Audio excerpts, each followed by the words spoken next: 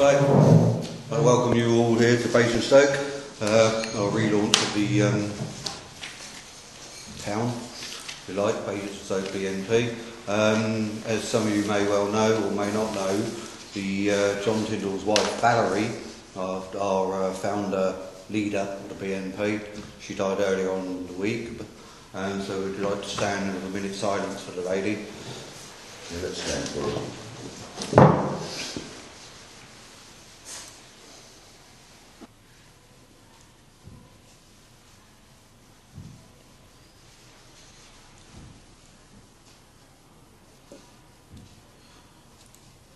I think that's about it.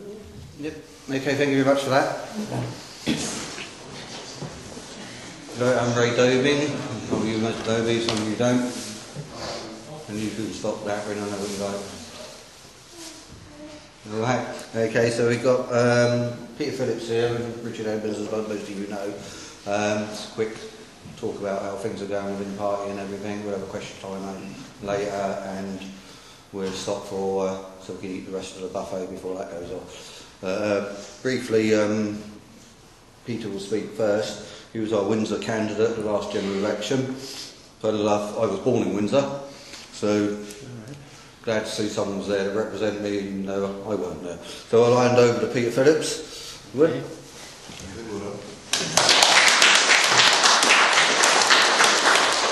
Good evening, ladies and gentlemen.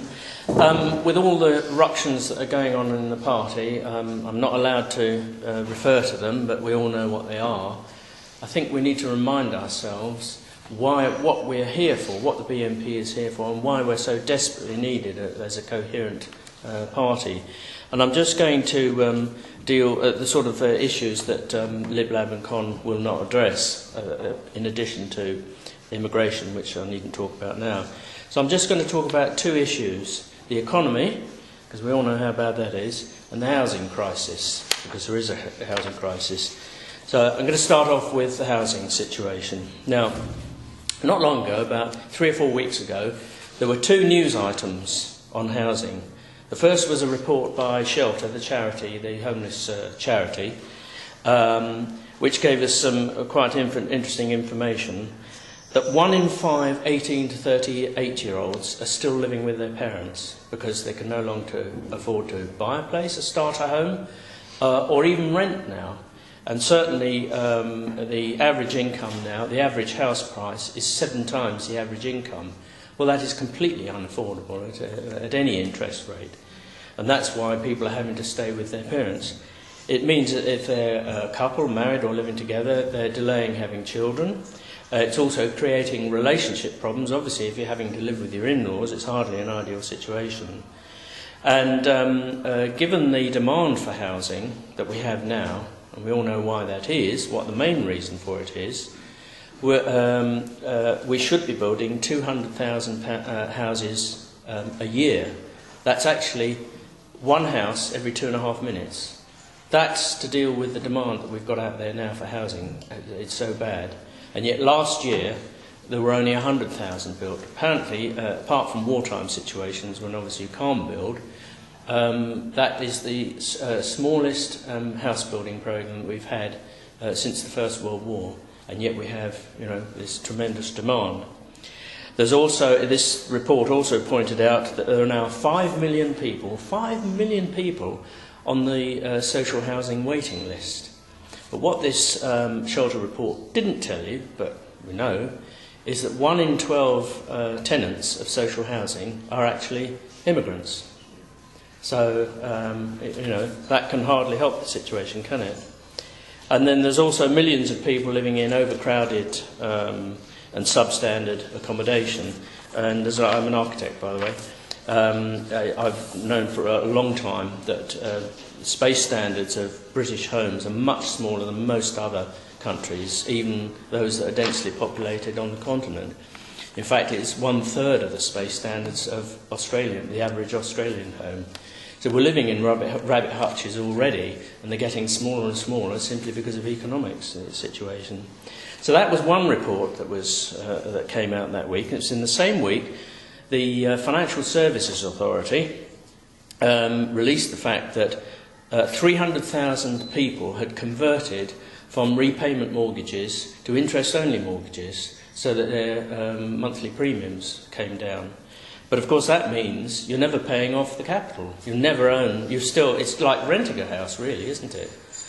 And I thought that was a staggering figure. And then that week, I often listen to the Today programme. By 9 o'clock it usually has got me wound up. But I listened to the Today programme, the discussion on these two things. And we heard the usual pontification from so-called experts, financial experts, political experts. And the conclusion that the two that were talking there came to was that, well, we're just not building enough houses. But then I asked myself, well, where's all the land? We're the most densely populated country in Europe. We're the fourth most densely populated in the world. You can't just conjure up land to build houses on. But that wasn't addressed. And then the financial experts said, well, the real reason is that banks aren't giving enough mortgages. That's the answer. But when you're having to buy a house that's 7 times your income, even on interest-only mortgages, you can't afford them anyway. So it was a nonsense. But what was the one thing that wasn't mentioned in that discussion? The elephant that was crashing around there. We all know what it was, isn't it? Immigration. Now, the new houses that are required now, about 85% are required for immigrants or their descendants. 85%. Now, isn't that the main factor why we have a housing crisis? And yet it's not mentioned. It's not mentioned in the... Well, maybe it is a bit, Leonard. It's certainly not mentioned on the BBC, that's for sure. And so it made me think, you know that famous Basil Fawlty sketch, Fawlty Towers, when he was hit on the head with a frying pan, and he'd got some German guests, and he said, "Don't mention the war, don't mention the war. I let it slip, but I don't think they noticed. And all you've got to do is substitute war for immigration. It's like that. Don't mention immigration, and they won't notice it. They won't notice it. Well, maybe some people don't notice it, but I think an awful lot do. But when you have 3 million plus people coming to this country, which is what's happened in the last 10 years, they've got to be housed somewhere. So that's obviously the situation. And so I feel that certainly, and something that the party is not doing at the moment, we should be very much focusing on the effect of the housing crisis and how it is largely the result of this uncontrolled immigration, because that's a way of connecting a problem that's going on in the inner cities that we probably all know about but don't hopefully experience, but it's affecting people out here, young people who want to buy houses. We need to make that connection. So that's one of the things that I think that the BNP should be doing, one of many issues that we should be addressing. Now I'd like to talk about the economy. I know it can be a bit of a dry subject, but I hope it won't be.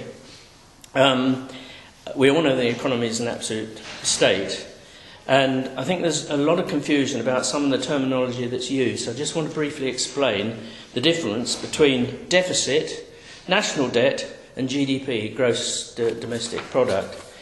The deficit is the annual shortfall of money coming in through taxes and what have you, compared with the money that we're actually spending on the health service and what have you. So that's the annual shortfall of money. Okay, the national debt is the total amount of debt that you're accruing. So every year you run up a deficit. You know, the national debt is getting worse and worse and worse, so you can't go on forever like that. And gross domestic product is, in any one year, the total amount of work that we all do, goods and services that are created. Okay, you'll see why I refer to that in a minute. Now, just very briefly, the deficit, that's, the shortfall of the money coming in versus the money that's going out. It is now £170 billion per annum. That's 170,000 million pounds per annum, which is 12% of GDP, which is similar to the level that it is in Greece and Portugal, which is why we need to be worried. Okay. Now, the EU has a rule that everyone, including Germany, has actually ignored, that you shouldn't let your annual deficits get more than 3% of GDP, and we're already 4 times over that. So that just shows you what a bad situation we're already in. So that's the current situation. And of course that annual debt is going up all the time. That annual deficit each year. Now I'll talk about the national debt. That's the total amount of debt that we owe. And of course when you owe money you have to pay interest, don't you?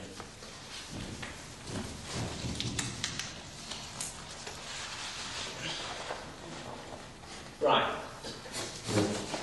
This is what it was up till last year. Now the EU says that your total amount of debt that you ever have should never be more than 60% of GDP. Otherwise, it's creating instability. And Gordon Brown quite rightly said, well, he will never let it go above 40%. Okay? And, however, that's the present GDP. That is now the official government debt. That's what the government says that we owe, debt, okay? And that comes to already 63% of GDP. So we're already over the maximum that EU suggests, and we're already well over the 40% that Gordon Brown always, he always said, I'm prudent, and he'd never let it go above 40%. Well, it's already 63% and rising. But what this doesn't include are other liabilities. So we need to add to these the cost of the underfunded public sector pensions. Is anyone a public sector worker here? Just seen a no? And really there's a great debate going on this now. We're going to have a strike in 2 days' time because they want to carry on the way they are. Okay? But that's what we owe. It's not a debt yet. It's a liability that will happen if they don't change the present pension rules. Okay? You then need to add to that the local government pension deficit. This isn't quite as bad as the civil service, but it's still £53 billion. Okay? Then you need to add to that the unfunded, completely unfunded state pensions. Now, as it happens, I'm getting my first ever state pension today. My first payment, so it was 65 4 weeks ago. So I'm contributing to this now, but for 40 years I've paid my dues, but I haven't paid into a fund set up for me by the government. I've just been paying the past pensioners' pensions. So they never attempted to, over a period of decades, to build up a fund. So there's not much we can really do about that. There's certainly something we can do about this by renegotiating with the unions. Okay, we've got to do it. There's not a lot we can do about because you've got to pay pensions to people. Then you've got the bank debt. That's £2.5 trillion. Now, hopefully, that won't end up being a debt because hopefully they'll sort themselves out and we'll be able to sell the shares and we'll get all our money back. But there's an awful lot of hidden debts that we still don't know about. You know how a few weeks ago that Southern Cross, the owners of the old people's homes, was in difficulties, and that was a private equity deal. I think we're going to see a lot of problems with private equity deals in the past, because what these private equity people did, they bought a company, and then they split the assets. They borrowed a lot of money on the strength of the assets they held. So all these properties, they'd have borrowed a lot of money, and they borrowed a lot of money, I think, from RBS. But now they can't pay for it. So that's another debt that RBS have got. So it may well be that we can't pay, we won't get all this back. But so it's a liability. Peter, you said 2.5. 2.5 trillion. 2,000 yeah, it's 2,585 billion or 2.5 trillion. Sorry. Then we need to add PFI. Have you heard of PFI, Private Finance Initiative? A lot of the Birmingham bypass was built like that. We went on that 2 days ago. It was wasn't it? It was virtually empty because people have to pay £5. It was £5, something like that, to go on it. So everyone was carrying on the busy road through Birmingham. I mean, what absolute mad. What's the point of building the thing? It was to relieve congestion. But there are lots of hospitals and bridges and things like that being built by PFI. Very, very lucrative deals for the financiers. And I think that is only for the capital. That's the actual hospital that's been built, the actual road that's been built. That's the amount of money. But every week we have to pay rent for all the services they're providing. So it's actually a much bigger figure than this. Now I think PFI can be renegotiated. I think we've got to say to these people, we'll buy out what your property's worth. Okay, so 38 billion, but you're not having any more. You're not going to milk us for and these contracts are usually 30 years long. Imagine 30 years long. That's a nice little earner, isn't it?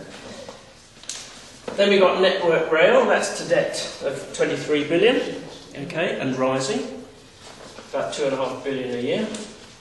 Nuclear decommissioning, we've got to do that, so we can't save on that. That's 45 billion pounds. These are huge amounts of money. It's, 45,000 million. And then other debts, sundry debts, another 39 billion. And that total comes to 7.8 trillion pounds. 7.8 trillion pounds. As I say, they're not all debts yet, but if we don't deal with these things, they will be debts. And that is 560% of GDP. Now, it's the highest it has ever been is about 250% after the Napoleonic Wars. And it was about the same after the Second World War, about 240, 250%. And after the First World War, it was only about 180%. So, and we've only just paid off the debts from the war. That shows you how bad. But here, we're in completely new territory. That's why we are in an extremely serious situation, and why it really angers me that the unions, the public sector unions, can just say, well, we want to carry on the way we are, You carry on paying for our lovely pensions. I haven't got a lovely pension. I had a pension with Equitable Life, and we all know what happened to that. It's pathetic. And yet I'm expected to pay for these gold-plated pensions. Well, sorry, mates, but it's completely unsustainable. We've got to deal with this. And only in 2000, 10 years ago, it was half that amount. So that gives you an indication of just how fast this debt is rising. And now George Osborne, has introduced these cuts, and there's a lot of squealing about these cuts. But all the cuts do are actually stabilising that national debt. It's not actually going to decrease it. So each year, that amount of debt has to be added to here. So next year, you add that 179 onto this, and so it goes up. Now, he says he's going to stabilise this figure at about 1.2 trillion in a year or so's time. But he's will he do it? But he's ignoring all this anyway, okay? So we're in a situation which is, I think, probably as bad. It's heading towards the Greek situation, but minds are drawn elsewhere at the moment, to Greece and Portugal. But I think our time will come if the Chancellor isn't able to really address that properly. I hope that wasn't too dry for you. Now, what that is just what we're spending every year. Okay, it's not a question of debt or anything. That's what we're spending, and obviously we must be getting an income of about £550 billion to pay for it. That's where the shortfall comes. That's the expenditure, and we're not earning enough. Do you see how much debt interest? That's the debt. That's the interest we're paying on this. Okay. So as this increases, we're going to be increasing that amount of debt. Do you see? It's actually more than the defence budget already, and that amounts to £1,800 for each and every household in the country already. So unless we sort out the deficits and the debt, that's going to get higher and higher and higher until we end up. That's the situation that Greece is now in, because they can't even get anyone to lend them any money because they don't trust them anymore. So, all the money, a large amount of the money that they're getting in is just to pay for their debt. I mean, it's a classic, bankruptcy situation, isn't it? And if we get to this situation, if all these liabilities aren't dealt with and we end up with that is £300,000 per household. That's our debt. It's not government debt, it's our debt. Incidentally, all this is public expenditure. It's not private debt, because a lot of people have got private debt as well. You should have made that clear. So that's how serious the situation. Debt has tripled over the last decade, and it's continuing to rise. I've told you about the size of it in comparison to the Napoleonic Wars. So we really are in uncharted waters here. It's really serious. And the danger is, what might happen? What's the consequence of this? Well, the collapsing confidence of government bonds. Bonds are the way that governments borrow money. They offer bonds for a particular rate of interest, and people lend the money. But when markets lose confidence, and they usually lose confidence very quickly, as has happened in Greece, then the interest rates goes up, and you can't service your debt because no one will lend you money. Or you get high interest rates, because we've got very low ones at the moment, and it's the bonds that drive those up, and that affects households, obviously, the affordability of houses. I think we're going to see lots of repossessions in the not too distant future. It affects business as well, of course. Then you get inflation.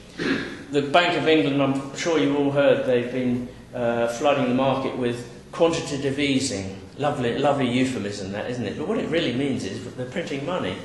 And historically, you know what happens when countries print money? It doesn't work. You get inflation. And inflation is twice what the government wants it now anyway.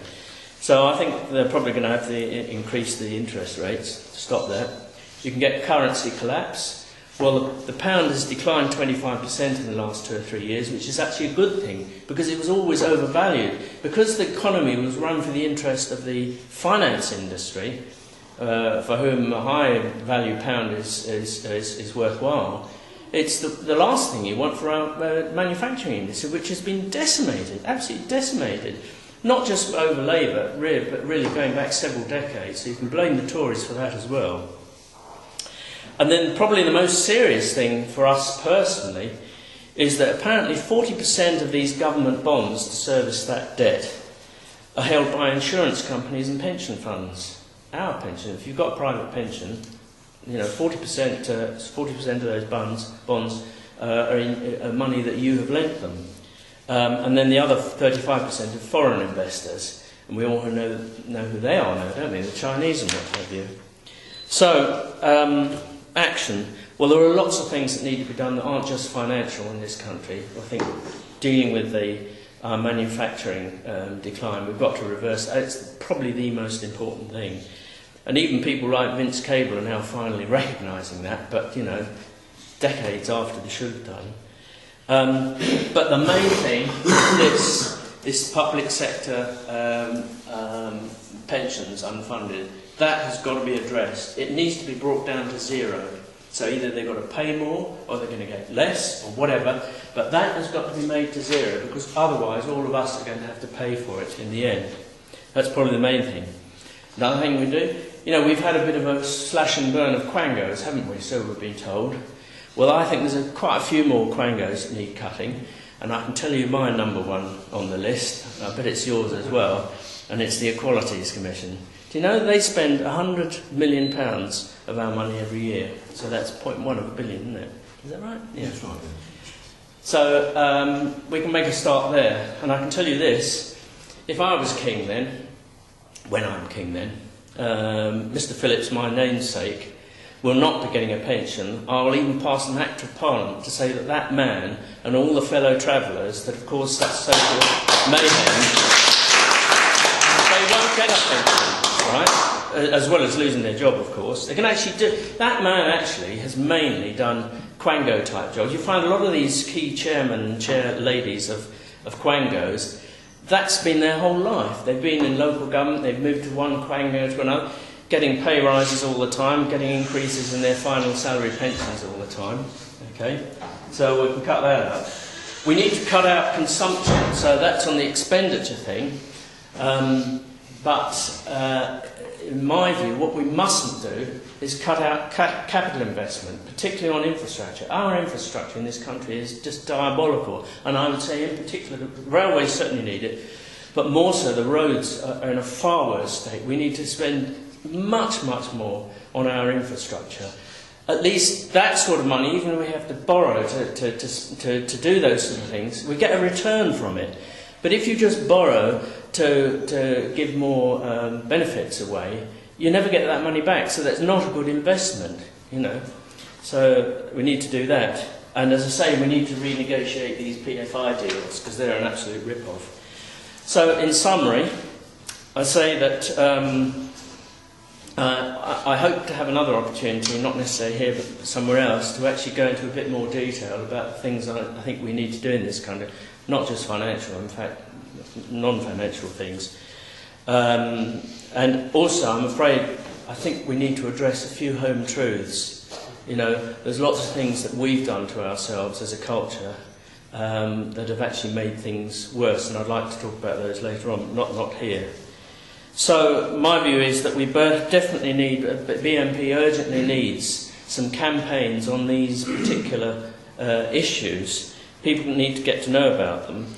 And I can't say what I've written down here because they were notes that I did before, but I'm not allowed to speak it. We have a democratic party, but there are certain things under the new constitution I'm not allowed to say, so you can get there. And I have to say that I think addressing these issues is a matter of absolute urgency. Yeah, yeah, yeah.